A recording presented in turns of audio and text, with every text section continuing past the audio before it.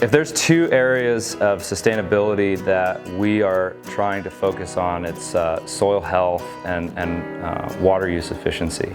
In the orchard world, we've actually done a great job, but our work's not done. We still can be better at water conservation. And so we have a lot of technology coming to the fore, both from the private sector and from the university. From the private sector, we're seeing what's called variable rate irrigation.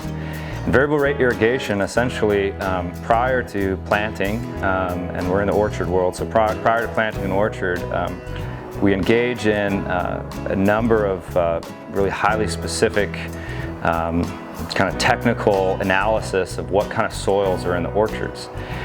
Because we can have a 50-acre, 100-acre block of what will become almonds or walnuts, and it can have 5, 10, sometimes even 15 different kinds of soil types.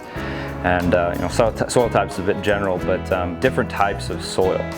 And so what we want to try to do prior to planting an orchard, and there's different methods of doing that, is identify those soil types and understand them, and understand how water reacts in those soils.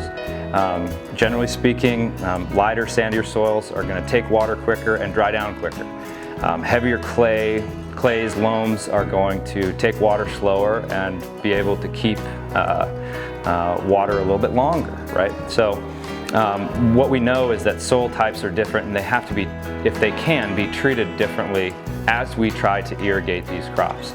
So in our last orchard that we were just in, we engaged in this data collection on the soil types, and we identified 7 different types of soil, from kind of sandier, rockier, more cobbly types of soil to a pretty heavy clay loam.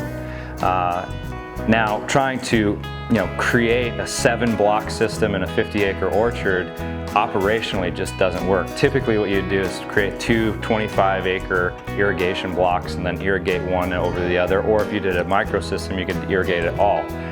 Well, if you did that, you're irrigating these soil types. Some are going to take the water quicker and dry down quicker, some are not going to take the water as much and not dry. So you're going to have variable tree growth, right?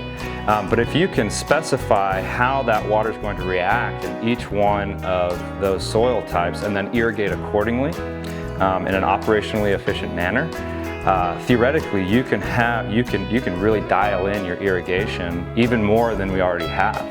So what we did is we created 3 different irrigation types around 3 general types of soil.